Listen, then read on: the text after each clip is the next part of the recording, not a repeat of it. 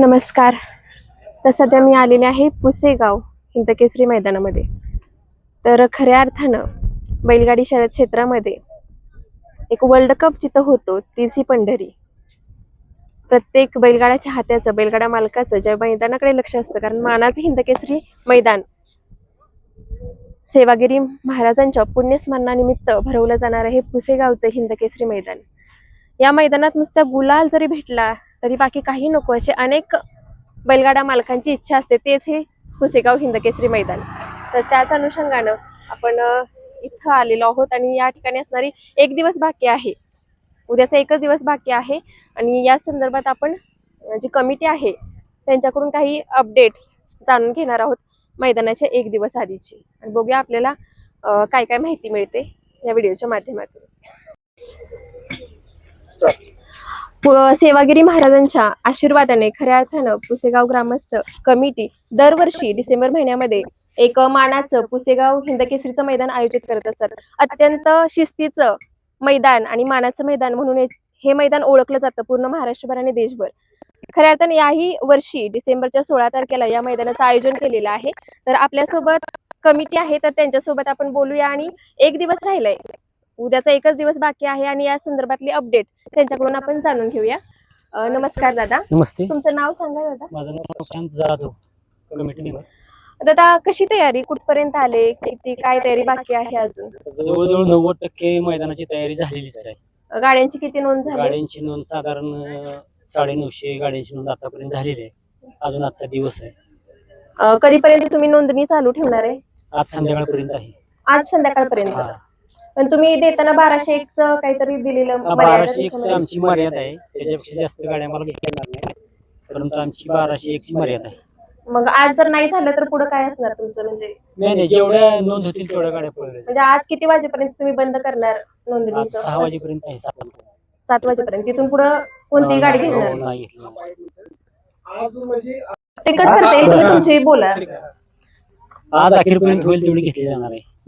आजच्या दिवसापर्यंत लास्ट होणार आहे, कारण किती म्हटलं आता झाले, आताच्या घडीला 950 झालेला आहे. दरवर्षी तुम्ही म्हणजे मैदान घेत असता, तर ह्यावेळी तुम्ही काही नियोजनात बदल केलेला आहे, तो कशा पद्धतीने केलाय? ज्या काही ठराविक अनावधान काही ज्या चुका होतील त्या आम्ही दुरुस्त यंदा केलेले आहे. कशा पद्धतीचा बदल आहे ह्या वर्षीचा म्हणजे जरा पुढे थोडस मैदानाला आम्हाला अडचण होती, त्याचंही पुढचं नियोजन केलेलं आहे. दोन्ही बाजूने बॅरिकेड आम्ही वाढवलेले आहेत. काय मागच्या म्हणजे तुम्हाला जाणवली आतापर्यंत तुम्ही मैदान घेता काय, म्हणजे कशामुळे हे निकाल फाटीवरती जरा प्रेक्षक येते, म्हणजे मर्यादेपेक्षा जास्त प्रेक्षक असल्यामुळे, हे मैदान मोठं असल्यामुळे प्रेक्षक जरा प्रमाणापेक्षा जास्त येते आणि ते कंट्रोल होत नाही. बरोबर. त्याचं आम्ही नियोजन केल्यानंतर निकाली फाटीपासून पुढे एक 100 फूट आम्ही प्रेक्षकाची बाजू उभं राहून देणार असे नियोजन केलंय. आणि तुम्ही सांगितलं पब्लिक कंट्रोल साठी तुम्ही हे करताय, तरी पण त्यातून पण लाखोच्या संख्येने इथं पब्लिक येत असते, कारण हे मानाचं हिंदकेसरीचं मैदान आहे. तरी पण त्याच्याला पण कंट्रोल नाही झालं तर पुढची व्यवस्था काय असणार तुमच्या कमिटीची? नाही, प्रेक्षक 100% कंट्रोल असे मी त्याचं नियोजन केलं, त्यामुळे काही अडचण येणार नाही. त्याच्यानंतर तुम्ही म्हणजे इतर मैदानापेक्षा एक मानाचं मैदान म्हणून याच्याकडे बघितलं जातं, नक्की काय वेगळेपण असतं या मैदानामध्ये नियमाच्या बाबतीत म्हणा, किंवा तुमचं काय शिस्तबद्ध म्हटलं जातं, काय सांगाल याच्याबद्दल? नियमाचं म्हणजे हे महाराजांचं पुण्यस्मरणानिमित्त होणारं दरवर्षीचं मानाचं मैदान आहे, त्याच्यामुळं अख्ख्या महाराष्ट्र या मैदानाकडे वेगळ्या दृष्टिकोनातून पाहतो. त्याच्यामुळे हे मैदान हिंदकेसरी मानाचं मैदान आहे. त्याच्यामुळं आम्ही या मैदानाचं अगदी व्यवस्थित नियोजन केलेलं आहे. नियमामध्ये खूप म्हणजे खूप असं काटेकोर नियम असतात. आमच्या इथे लॉबी टच गाडीला निकाल नसतोय, कारण की हा स्किलचा विषय आहे. पण दादा, जर पब्लिकच्या बाजूला तुम्ही म्हटलं गाडी आली आणि जर पब्लिक मुळे थोडं हे झालं आणि लॉबी टच झाली, तर तो निर्णय कसा घेता? नाही, यंदा आम्ही नियोजन तसं केलेलं आहेच ना, की स्क्रीनवरती निकाल आहेत आणि आम्ही यंदा 100 फूट निकाल फाटीजवळ पब्लिकच आम्ही थांबवून देणार नाही काय झालं तरी. आम्ही त्यासाठी स्पेशल फोर्स नियोजन केलेलं आहे. किती फोर्स असणार आहे तुमच्या त्या ठिकाणी? आता आम्ही डिपार्टमेंटला आवाहन केलेलंच आहे, तर ती काय त्यांच्या नियोजनाने देतील आम्हाला. म्हणजे तशी चूक होणार नाही, कुठल्याही नंदीवर अन्याय होणार नाही, 100% होणार नाही. नक्कीच हे खूप खूप कौतुकास्पद असा तुम्ही यावेळीचा बदल केलाय नियोजनामध्ये. दुसरी गोष्ट, या ठिकाणी समालोचक त्याच्या पद्धतीनं कशा पद्धतीनं झेंडा पंच कुठले असणार आहेत, कोण असणार आहेत? नेहमीप्रमाणे आमच्या गावचे झेंडा पंच आहेत. कोण आहेत? देशमुख म्हणून आहेत आणि भोसले म्हणून आहेत. हे समालोचक आम्ही निमंत्रित केले आहेत. सर्व समालोचक येतात इथे. मग देवस्थानाच्या गावचेच झेंडा पंच किंवा समालोचक पण गावचेच असतात का? असतात, पण आता काळानुरूप थोडंसं मैदानाचं स्वरूप वेगळं झालेलं आहे. माणसांच्या ऐकण्याचा दृष्टिकोन माणसाचा वेगळा झाला आहे. म्हणजे त्यामुळे याच्या अगोदर कसं असायचं समालोचक किंवा झेंडा पूर्वीचं पंच? समालोचन वेगळं होतं, पण आता समालोचनाचं थोडं वाईस वेगळी पद्धत झालेली आहे. त्यामुळे त्या दृष्टिकोनातून काळानुरूप बदलावं लागते थोडंसं. म्हणजे ह्यावर म्हणजे आणि झेंडा पंच बदलतो. तुम्ही सांगितले तेच हो, असतात झेंडा का? पंच आहेत आमचे. तुमच्याच गावचे? आमच्याच गावचे. दुसरं सांगा दादा, एवढं मोठं मैदान आहे तर बरेच बैलगाडा मालक नंदी घेऊन आज पण येतील, उद्या पण येतील. त्यांच्या राहण्याची म्हणा किंवा अं, जेवणाची वगैरे व्यवस्था तुमची कमिटी कशा पद्धतीने करते? जेवणाचं नाही, आता काय झालंय इथं येणार आता काही जण आजच यायचे, काही जण इथं भागातले जे जे जे जे ओळखी आहेत त्यांच्या गोठ्यावरती त्यांनी नियोजन केलंय. पण इथं जे येतात ना त्यांना लाईटची आणि टँकरची पाण्याची वगैरे सोय केली. आणि अचानक जर बैलाला चाऱ्याचा वगैरे विषय असेल तर ती कमिटी संपर्क आला तर त्यांना आम्ही मदत करतो. कारण बरेच लांबचे येणार, हो, त्याच्यामुळे लांबचे तो येतात. पण एक प्रॉब्लेम असतो राहण्याचा म्हणा, खाण्याच्या नाही बाबतीत केले थोडंसं. तसं नियोजन केलंय, तसं सहकार्य त्यांना राहतंय. दुसरा एक तुम्ही बदल हा केलेला आहे की दरवर्षीच करता का नाही माहिती नाही मला, की पावती एकाच नावानं आणि तुम्ही आधार कार्ड त्याच्यानंतर बैलाचा फोटो, हा एक नियम याच्यामध्ये तुम्ही केलाय. याबद्दल थोडस प्रेक्षकांना सांगा. नाही, मागच्या वर्षी पण आम्ही तशाच पद्धतीने. एक 1199 गाड्यांचं नियोजन केलं. त्यावेळी हम्म. 2 गाड्या वाढवल्या, 1200 केले. पण मागच्या वेळी आपण पावतीचं बंधन ठेवलं नव्हतं. त्यामुळं काय तुम्हाला पुन्हा जाणवलं, म्हणजे मागच्या वेळी ठेवलं नव्हतं पण ह्यावेळी तुम्ही तो नियमच करून तो टाकला? निर्णय यासाठी एक एक मालक त्यांनी 3-3, 4-4 पावत्या फाडल्या होत्या असं आमच्या निदर्शनास आलं होतं. मागच्या वेळेचा हा, अनुभव. आणि त्यामुळे बऱ्याचशा गरीब ह्यांना 1200ची मर्यादा असल्यामुळे बऱ्याचशा मालकांना शिवाय 1200 कंप्लीट करून आम्हाला 300ची 400 पावत्या अजून अशा आल्या होत्या की आम्हाला नोंद करा. हा. पण आम्हाला ते करता आलं नाही, कारण आधीच 3-3, 4-4 पावत्या फाडल्यामुळे त्यांना पळता आलं नाही. बरोबर. यावेळी त्यांना प्रत्येक शेतकऱ्याला गरीबातल्या गरीबाला इथं पुसेगावमध्ये पळण्याचा चान्स मिळावा, त्यामुळे आम्ही हा निर्णय घेतलेला आहे. आणि प्रत्येकाचं म्हणजे मत असते की प्रत्येक बैलगाडा मालक असतो त्याचं मत असते की माझा नंदी ह्या मैदानावर हा, सेवागिरी महाराजांच्या इथं आशीर्वाद मिळाला पाहिजे. बैल पाळला पाहिजे असं प्रत्येकाची भावना असते. दुसरं दादा सांगा, की आता हे सगळं नियोजन म्हणताय, तुमचं सगळं व्यवस्थित असतं, शिस्तबद्ध मैदान तुम्ही पार पाडता. तर आता एवढ्या गाड्या नोंद होणार, तुम्ही 1201चं लिमिट ठेवलेलं आहे, आजपर्यंत आहे नोंदणी सुरू. तर कशा पद्धतीनं ते लवकर कसं असणार टायमिंगचं, तुम्ही कसं करणार? टायमिंग सकाळी 7 वाजता आमचा पहिला फेरा सुटणार का तर सुटणार. म्हणजे आता आमचे उद्या लॉट निघाले, किती गाड्या एका वेळी? एका वेळी 10 गाड्या सुटणार. 10 गाड्यांचं नियोजन केलंय. 1200 गाड्या म्हणजे 120 गट होतील आमचे, आणि त्याच्यानंतर सेमी आणि पण ते आम्हाला पण ती चॅलेंज आहे, कारण आता हे लहान दिवस चालू आहेत आता सध्या डिसेंबरचे. त्यामुळं आम्हाला ते कुठल्याही परिस्थितीत सकाळी 7 वाजता पहिला फेरा सुटणार आहे. म्हणून तर आम्ही आदल्या दिवशी लॉट टाकणार आहे. आणि त्या पहिले जे 20-30 गट आहेत त्या सगळ्या गटात ज्यांची नावं येतात आता लाईव्ह वरती, ते सगळे तर मालक बघणार आहे गाडी म्हणून, त्यांना सगळ्यांना लाईव्ह आव्हान आहे. करणार आहे का त्याच्यामध्ये हा, पण काढताना? उद्या चिठ्ठी काढताना ते लाईव्ह दिसणार आहे. उद्याच म्हणजे काढणार, कितीच हा. टायमिंग असं काय असणार? उद्या आमची तयारी 9 वाजता चालू होईल.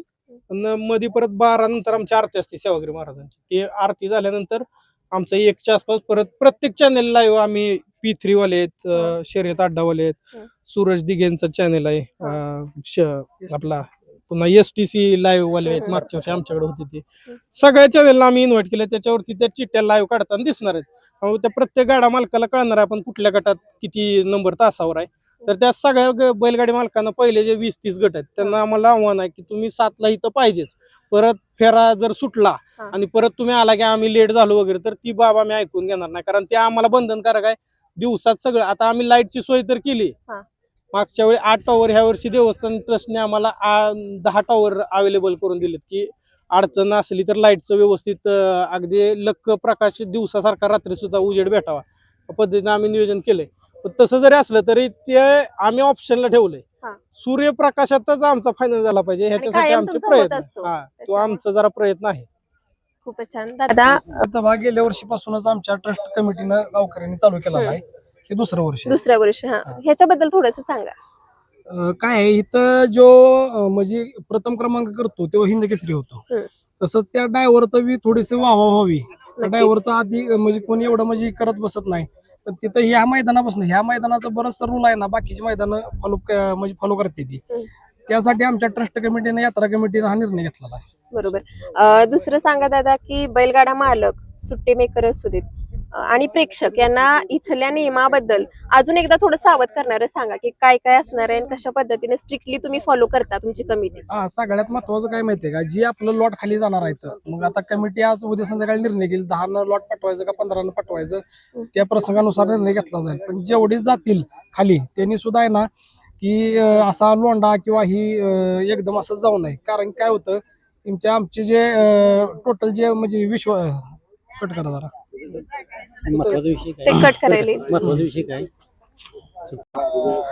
बैलगाडी मालकांना थोडंसं आव्हान आहे की त्यांचा सगळ्यात महत्वाचा असतो ते सुट्टी मेकर, त्यांचा ड्रायव्हर याने आपापला वेळेवरच तो म्हणजे असावा. कारण काय आहे, माझा ड्रायव्हर राहिला, माझा सुट्टी मेकर ह्यातनं म्हणजे थोडीशी वेळ होऊन जातो आणि वेळ झाल्यामुळे मैदानाला उशीर होईल. तर आम्ही कुणासाठी थांबणार नाही म्हणजे तुमचंच मैदान आहे, तुमच्यासाठी आम्हाला लवकर घ्यायचे आहे.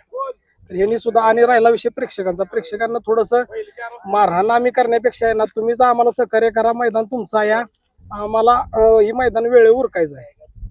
त्यामुळे प्रेक्षकांनी कशा पद्धतीने सहकार्य केलं पाहिजे म्हणजे तुम्ही सांगितलं. प्रेक्षकांनी सहकार्य केलं पाहिजे म्हणजे समजा खालनं गाड्या सुटते त्या थोडंसं पुढे येणं किंवा आमच्या म्हणजे जे कमिटी पंचायत आहे त्यासनी त्रास होणं, म्हणजे निर्णय द्यायला बी आम्हाला त्रास होतोय आणि पुढचा लॉट सोडा बी त्रास होतोय. आपापल्या जागेवरच थांबावं, स्वतःच्या जीवाची हा, काळजी घेऊन स्वतःने उभं स्वतःच्या राहा, जीवाची काळजी घ्या. सुरक्षित उभं राहा आणि पुढे कुणीही येण्याचा प्रयत्न करू नका.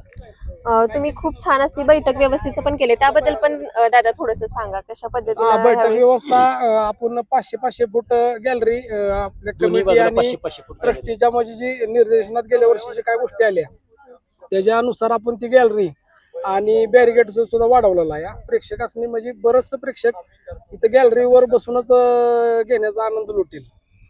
हा ह्यावेळेस आणखी तुमच्यामध्ये तुम्ही केलेला असा बदल आहे.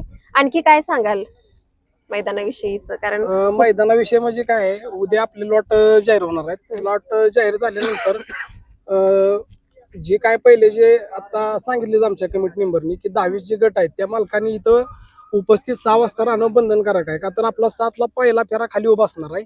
7 वाजता पहिला फेरा सुटणार का तर सुटणारच. सुटणारच. त्याच्याशिवाय मैदान उरकणार नाही, कारण की दिवस हा लहान आहे. आमच्याकडे वेळेचं बंधन आहे, म्हणजे प्रत्येक फेऱ्याला टाइम लिमिट असतं.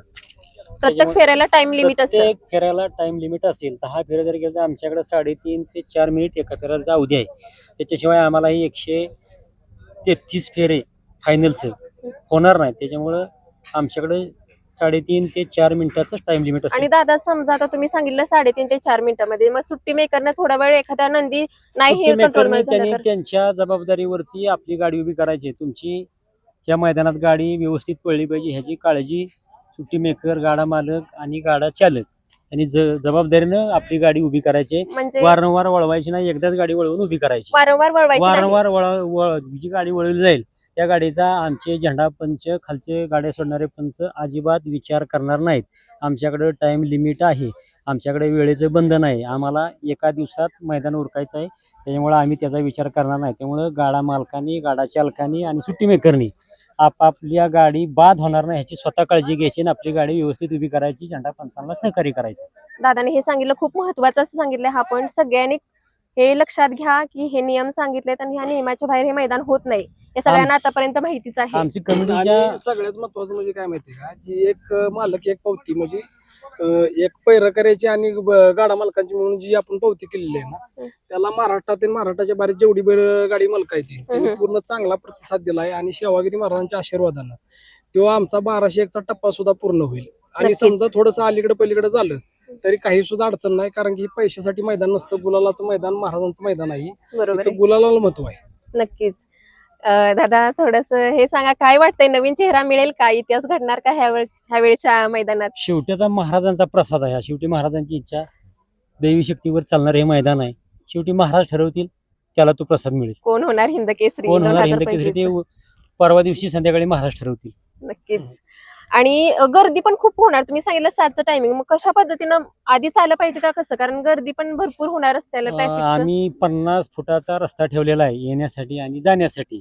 त्या 50 फुटाच्या रस्त्यामध्ये कोणीही थांबायचं नाही, कुणीही गाडी उभी करायची नाही. बैलांना येण्यासाठी, बैलगाडी येण्यासाठी, वाहनं येण्यासाठी आम्ही 50 फुटाचा रस्ता ठेवलेला आहे. त्यामुळे त्या रस्त्यावरती कुणीही बसू नये आणि कमिटीला, देवस्थानला, ग्रामस्थांना पूर्ण सहकार्य करावं. सॉरी रोडचा आणि ह्याचं पूर्ण आम्ही म्हणजे नियोजन केलेलं आहे. कुणी कुठनं जायचं, अगदी खालनं सुट्टीला गेलेली जी आहे ती ना, त्यांनी ह्या 2 चाकोऱ्या ठेवलेल्या आहेत. त्याच्यानंतर जो प्रेक्षक वर्ग स्टेजच्या आहे बाजूने त्यासनी, 2 चाकोऱ्या आहेत आणि स्टेजच्या मागच्या साईडला समोरच्या 30 बाजूने एक फुटाचा चाकोरी. रोड ठेवलेला आहे दोन्ही साईडनं. त्यामुळे काही अडचण नाही, सगळं नियोजनबद्ध केलेलं आहे. एकूण 15 फाट्या आहेत, पण आम्हाला लागणार आहेत 10 फाट्या. अनावधानानं एखादी फाटी लागली तर, परंतु 10 फाट्यात बैल पळणार आहेत. त्यामुळे बाजूनं 2-2 फाट्या मोकळ्या राहणार आहेत. फाटीविषयी सांगा, कसं आहे ही फाटी? 15 फुटाची फाटी आहे, साधारण 900 फुटाच्या वरती पल्ला ह्या 900 फुटाच्या वर. वरती आहे आणि अं, 15 फूट रुंदीची फाटी आहे. नक्कीच दादा, खूप चांगल्या पद्धतीनं पहिल्यापासून या मैदानाकडे सगळ्या महाराष्ट्राचं, भारताचं, सगळ्या शौकीनांचं लक्ष लागलेलं असतं. असं हे मानाचं पुसेगाव हिंद केसरीचं 2025चं होणारं मैदान. आणि खूप तुम्ही छान पद्धतीने आम्हाला माहिती सांगितली आणि याचा उपयोग खऱ्या अर्थानं जे बघतील त्यांना होणार आहे. पुन्हा एकदा सावधगिरी म्हणून तुम्ही जे नियम सांगितले त्याचा नक्कीच प्रेक्षक विचार करतील, बैलगाडा मालक विचार करतील. त्यामुळे नक्कीच तुम्हाला 16 डिसेंबरला होणाऱ्या हिंद केसरी मैदानासाठी आमच्या चॅनलकडून खूप साऱ्या शुभेच्छा. आणि असंच तुम्ही खूप छान शिस्तीचं असं मैदान घेताय, असंच तुम्ही नेहमी काहीतरी बदल करताय आणि तो बदल कौतुकास्पद आहे. त्यामुळे तुमचं पण मी या 1 दिवस अगोदर तुम्ही आम्हाला ही सगळी माहिती दिली, अपडेट दिली, त्याबद्दल आमच्या चॅनलच्या वतीनं मी तुमच्या सगळ्या टीमचे, तुमच्या कमिटीचे, तुमच्या ग्रामस्थांचे मनापासून आभार मानते. थँक्यू.